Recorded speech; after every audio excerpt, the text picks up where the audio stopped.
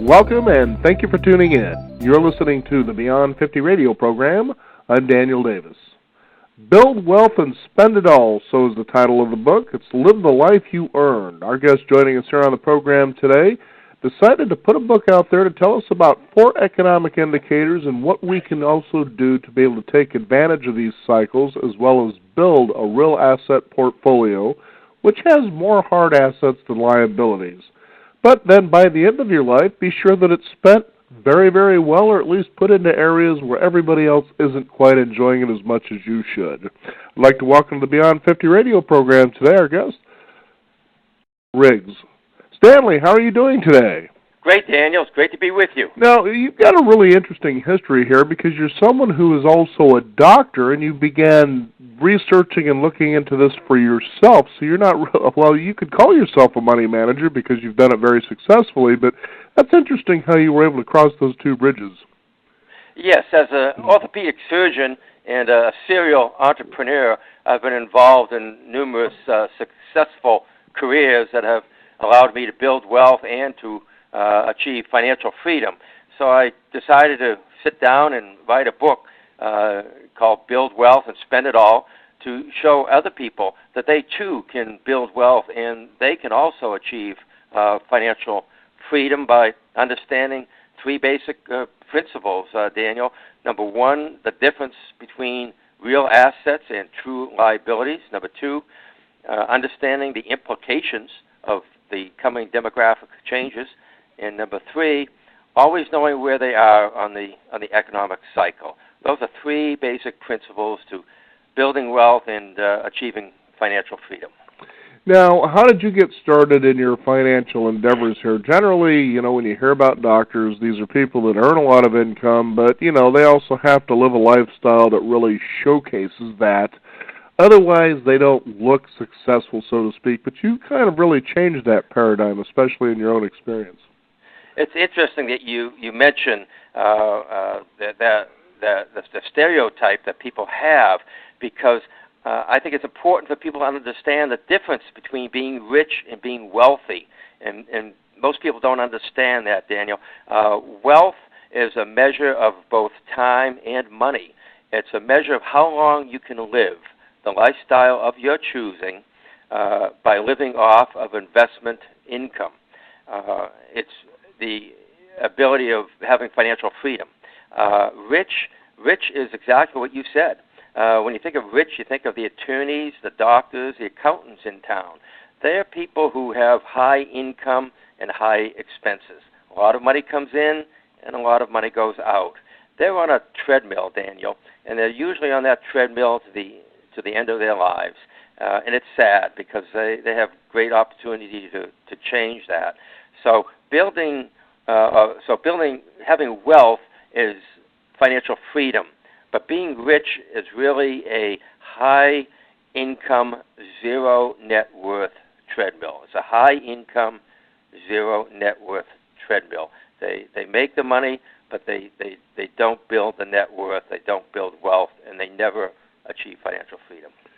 Now, you share what to me seems to be a really irritating story, and that is about how your mother had saved over a course of 50 years, and here this retirement place that she ended up spending the last part of her years was pretty much draining all this money out while other people who were at this place were pretty much getting a free ride. Tell us about that story. Yes, Daniel. I wrote the book, and when I was just about completing it, my 96-year-old mother went into a nursing facility, and that's when I realized that I needed to add another chapter to the book and change the book from just building wealth to building wealth and spending it all. And the last chapter is spending it all. Because when my 96-year-old mother went into a nursing home, I gained insight into what awaits most of our retirement savings. The money that my mother, working as a public school teacher, and my father, working as a municipal worker, had frugally saved for over 45 years each. That's a combined 90 years of working and saving. It was drained away in 18 months. They were taking it because she had it, and it was my fault. it was my fault, Daniel. Mm-hmm. I should have known better. I advised my mother and father how to save when I should have advised them how to responsibly spend in their retirement. I had suggested responsible investing when I should have suggested responsible, enjoyable experiences while they were retired and while they could still enjoy it. And I had encouraged financial safety when I should have encouraged enjoyable living. So I actually failed my own parents because I did not encourage them to save, to spend and enjoy everything that they had saved while they were still able to. Mm-hmm. Now, it's really interesting because when you pick up a book like this, I think people will typically consider that you'll talk about some of the common things, and you do, but you certainly don't talk about them in the common way we hear about them. For instance, IRAs and 401ks. Yes, I think it's important to save for retirement, but it's also important to spend what you've saved in your retirement when you can enjoy it. And that's what gets into the last chapter. But I do have a separate chapter on IRAs and 401ks, and I feel that it's important to take advantage of the 401k if you can, especially if you have an employer contribution. I think it's a great savings tool, and if it's available, I think everybody should take advantage of that. But at the same time, you need to realize that you don't build wealth by investing in a type of savings program. I found that to build wealth, I of course lean towards real estate because that's what I've done. That's worked well for me. So I tend to speak for what works well for me as opposed to promoting something that I don't get involved in, like a lot of Wall Street investments I do not get involved in, so I don't speak to that as much. But I feel that's important to invest in an IRA and a 401k, but you also need to realize you cannot save your way to wealth very often unless you live very, very frugally. We all know the stories about a school teacher who died and leaves millions and nobody expected it to. But generally speaking, to build wealth, you really need to do some active investing. What worries me mostly about the 401k programs is I see some of that being redistributed further down the road, and I think that's not a concern if you have a small plan. But if you have a lot of money in a 401k plan, you need to consider that there's a good chance that some of that will be redistributed at some time in the future. Now, let's talk about the 4 economic indicators that you outline in your book in a little bit of detail so our listeners get a better idea of what to pay attention to as, I suppose, they begin to decide how they'll invest your money, because what you also talk about here, it isn't so much that you're trying to build income, but you're trying to really create a good cash flow, and there's really a difference between those two. Yes, and I'm glad you brought up what is basically economic cycles, because some people, they follow sports. I follow economic cycles. I've followed them for 20 years, and they interest me. During the Great Recession, 2008 to 2012, I saw a lot of hard-working folks suffer financially, personally and financially, and that could have been avoided, or at least minimized, if they had been more aware of economic cycles, because there are no economic surprises for students of economic theory or economic cycles. There have been over 300 asset bubbles recorded in history, and it dates as far back as the cyclical sunspots from 325 BC. So it's not a new concept. Isaac Newton, the gravity guy, he was master of the mint in 1720, and he was a speculator. He did well investing in the South Sea Company, and he invested more money, and it turned out to be a bubble. He lost all his money, and he died broke. If he had known more about economic cycles, he he wouldn't have died broke, but I guess he wouldn't have been famous either, for that matter. But anybody can fall prey to that. The most common mistake that even the professionals make, Daniel, is they apply linear thought to cyclical events. Again, they apply linear thought to cyclical events. When times are doing well, they think, oh, it's always going to continue up. When times are dire, they think, oh, it's always going to be bad. And the terms that we hear, Daniel, are like new metric. I remember hearing that in '99 before the market crashed. Oh, it's a new metric, a new paradigm. I remember hearing that in 2007. Real estate was always going to go up. It's a new metric. And then when the market was down in 2009, a famous head of the largest bond fund, PIMCO, said that's a new normal. It's a new normal. And I cringed when I heard that. He said it was March 2009, and he said, oh, it's a new normal. And I thought, no, it's not new. It's a cycle. There's a reason why it's called an economic cycle, Daniel, and not an economic line. You can't apply linear thought to a cyclical event. And the worst four words that people can say, and what has cost investors more money than any other four words are, it's different this time. It's different this time. When you hear somebody say, it's different this time, then we're probably at the top of a peak, ready to go down, or we're at the bottom, ready to go up. But that PIMCO, they were saying, it's different this time in March of 2009, indicating that, oh, we're always going to bump along the bottom, we're not going to recover.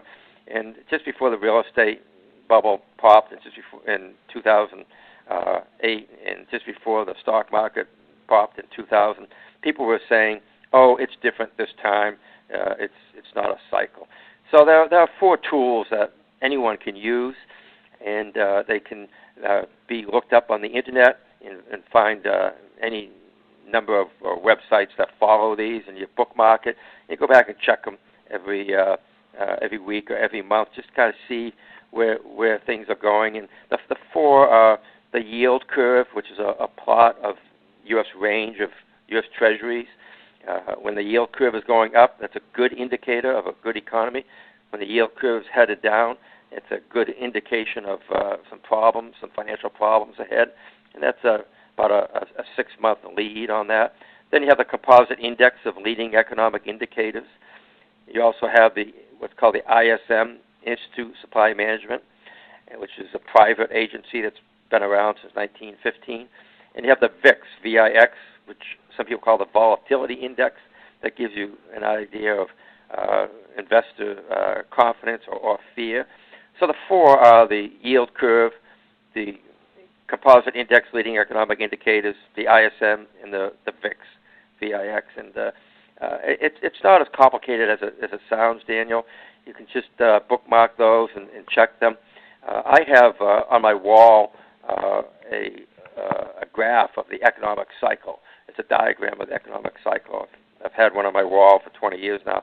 And I have a little sticky arrow, and I like to move it along, indicating where I am. I always need to know where I am on the cycle. Everybody should know where you are on the cycle. And by looking at these indicators, you can get an idea of where you are. It's not rocket science, and you don't have to be exact. You just need to know if you're going up, you're kind of near the top, or if you're on the way down, whether you've reached the bottom or not. It's not difficult to do. I like to quote Wayne Gretzky. He was one of the greatest hockey players of all time. And he was never the fastest skater or the best with the puck. But they asked him, they said, how come you were so great? What was your secret? And he said, quote, I skated to where the puck was going, not to where it was. So if you invest like Wayne Gretzky played hockey, you'll do well. That sounds pretty amazing to think about that you can keep it so simple and kind of know what decisions to make.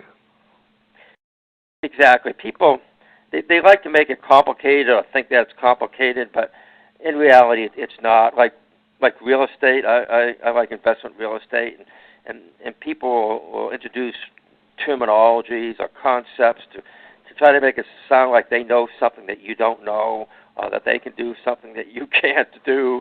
But in reality, it's pretty simple stuff, and you don't have to be a genius to do it all.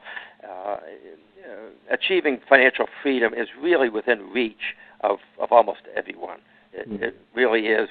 And you don't have to be a genius, and you don't have to be born rich to do that. But what's most important, though, Daniel, is what I call the, quote, your name here, close quotes, economy. That's really what's important. You need to be aware of what's happening, in the world, geopolitical events that are going on, and you need to know what's happening in the U.S. economy, just to kind of be aware. But you shouldn't obsess with that. Too many people, they obsess with what's happening with that. But what really matters, Daniel, is the Daniel economy, because that's the only economy that you can really control. That's the only economy where you can balance the budget. That's the only economy where you can balance the checkbook. That's the only economy where you can control the expenses. And it's the only economy where you can really control the income. So it's the only economy at the end of the day that really matters to you is the Daniel economy. Mm-hmm. So I encourage people not to get distracted by too much static of what's happening in different parts of the world or the country. Be aware, but don't be sucked into it. Focus on the your name here economy, because that's what really matters. That's the only economy that really matters at the end of the day, Daniel. Now, on those 4 economic indicators, you told us what they were. How do you usually apply those, just in simple terms, for the sake of time in our conversation here, so that people get a better understanding what they're looking at and how to begin learning how to do this? Yes. What I do and what I advise people to do is to simply bookmark websites that show the yield curve. And you just Google, yield curve, and numerous sites come up, and you find one that shows it in a way that you understand it the best. You just bookmark it, and once a month or so, you just go back to your bookmark and just check. Say, I wonder what the yield curve is doing. Well, it's going up. I wonder what the composite index leading economic indicators is doing. Oh, well, it's positive. I wonder what the ISM is. Oh, it's going up. I wonder what the VIX is, volatility index. It's going down, which means there's less volatility. So that tells me, well, things are going well. So I guess I'm still going up the upside of the cycle. They're still getting better. But when you get to a point where, well, the yield curve is kind of flat now, well, that's about a 6-month indicator. But other things are still looking pretty good. Well, that makes me worry a little bit. Maybe we're at the top. And maybe a month later, look at it and see the yield curve is now headed down. And the other indicators, instead of looking good, maybe they're looking kind of mediocre, which tells me, well, I think we're probably at the top. So I move the arrow to that point. And so I always like to know where I am in the economic cycle. I know that sounds complicated, but it's not really that complicated. It saved me in 2008 because I was very heavy into real estate because that's what I enjoy, that's what I like, income-producing property. But I was following my position on the cycle, and I was sitting on a beach in front of my house in Florida, and I took out a calculator and said, this is doing well. I wonder how much the house is appreciating, because real estate in Florida was just going bonkers back in 2007 and 2006. And I calculated $1,300 a day. My house was appreciating in value $1,300 a day. Wow. And my first reaction was, gee, that's pretty nice, $1,300 a day. But then it struck me. Real estate, like any investment, is a roller coaster. And the clicking had stopped. What happens when the clicking stops on a roller coaster? Well, it's usually followed by screaming and fear and thought that you're going to die. So I saw where I was on my economic cycle. That was on the wall. I was at the top. So I exited everything in 2006, all the real estate. And so an economic cycle is important because when people see a recession, Daniel, ahead of them, it's fear. If I were to tell you your house will lose 30% of its value a year from now, you'd be scared. But a recession that's behind you, people see that as opportunity. When I tell you you could have bought real estate for 30% less in 2009, you see that as a lost opportunity. So a recession ahead of you is seen as fear, but a recession behind you is often seen as lost opportunity. But if you follow your position on the economic cycle, you can take advantage of those periods in the economic cycle. It's pretty interesting when you see that kind of cycle occur, how people try to unload real estate, and you're saying you should be in a position to be able to buy that stuff up while you can get it at great prices. Yeah, exactly, Daniel. But it's difficult. It really is, because when I sold everything, even the house I was living in, I sold it, and people said, "You're crazy. Why would you sell a house that is going up in value so fast? And or why would you sell commercial property that is 100% full and is cash flowing very well?" It takes a lot of self-control, because you have to get out when you don't want to get out. You have to get out when other people are getting in. Mm-hmm. And the same thing, when I got back in 2009 and 2010, people said, "Oh, I don't know why you're buying, commercial real estate. People lost their shirts on it just recently." And it's difficult to write a check to buy something that everybody else is trying to get out of. But it's counterintuitive.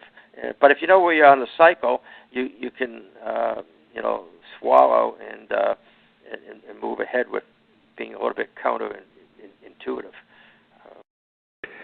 And it's pretty interesting, too, because you can see what seems to be the obvious. For instance, by 2007, I remember those times, that there seemed to be mortgage companies just infesting the landscape. All of a sudden, everybody you knew was involved in mortgage loans. Yes. And when you start seeing that mortgage companies are loaning money to people that really don't have, to me, the financial discipline to be able to be taking on a loan like that in the first place, that to me seems like the time that you would sell your home and your real estate. Yeah, let's go ahead and get that out of there, get the cash in hand now, because in about a year or two, we're going to really see it kind of take a turn, and that's where I'm going to go back and I'm going to reinvest my money at the right times, for that thing to go back on the rise again when everybody's trying to get out, the fire sale, if you will. Exactly, Daniel. That's exactly the correct way of looking at it. Mm-hmm. Yes, it is. It's pretty fascinating stuff, and I know that, when you take a look at demographics, which you talk about fairly extensively in your book, that's something to pay attention to as well. For instance, you have the baby boomers who are beginning to age and beginning to downsize, and also at the same time beginning to start pulling a chunk out of, for instance, Social Security, if anything is available there at all for them. But now you see an upcoming generation of Generation Xers and Y, the millennials as they call them, but they won't be in a position to take over a lot of this property that's basically being offset. So what opportunity do you see there? Absolutely. Demographics is a study of the data of a population. Demographics, to me, is destiny. I'm a believer in demographics. It's the looking glass into our future, because age determines spending, and group spending determines the direction of the economy. There's Harry S. Dent, who recently wrote a book, Demographic Cliff. Here I am pushing someone else's book, but it's an excellent book, The Demographic Cliff. We've had him on the program for that very book. Excellent. And he talks about the spending wave. And I'm a firm believer. I've been reading Harry Dent since the 1990s, and I believe in his demographics and his studies. And he talks about the spending wave of the baby boomers. And a good way of looking at it is in terms of health care. The spending wave of the baby boomers, when we were infants, we drove pediatric care. We later on drove the sale of baby food. As we became middle-aged, we drove the medical field of liposuction, of facelifts, and now the baby boom generation is driving the sale of hearing aids and ED medication. I'm a baby boomer. I'm 64, and my baby boomer generation, we drove the diaper market in the 1950s when we were in our terrible threes. And in the 2040s, the boomers will be driving the diaper market again when they're in their naughty 90s. Because the millennial generation is a very different generation. They're a very different consumer also. They're not willing to put in the time, effort, and sacrifice for trophy homes or expensive toys. They have a more pragmatic way of life. I like the millennial generation, those born between 1983 and 2003. They're in their 20s and 30s now. Their values are very different. They value experiences and relationships over material possessions. They're more interested in renting or buying low-maintenance houses that are energy efficient. And the issue will come when, as you alluded to, when the boomer generation is trying to unload what they value onto the generation behind them, the millennials, and they have a very different value system. As long as the early retiring baby boomers have boomers behind them to unload their big houses or the motor coaches or the yachts onto, they'll do fine. But the late baby boomers are going to have problems because they will be trying to unload their big high-maintenance cost McMansions, their lumbering motor coaches, and the Dock Queen yachts onto a millennial generation who values and has an interest in low-maintenance homes, energy-efficient vehicles with roof racks for their kayaks. And so that's when there's going to be an issue. And we already see it, I think, on Wall Street. And that's when it's really going to hit because the millennials are not retail investors in Wall Street, and they never will be. Retail investor is kind of Wall Street speak for, well, there's a term for I can't use on the radio, I guess, but it's for people who that they can pull into doing investments, and they like to use the term retail investor.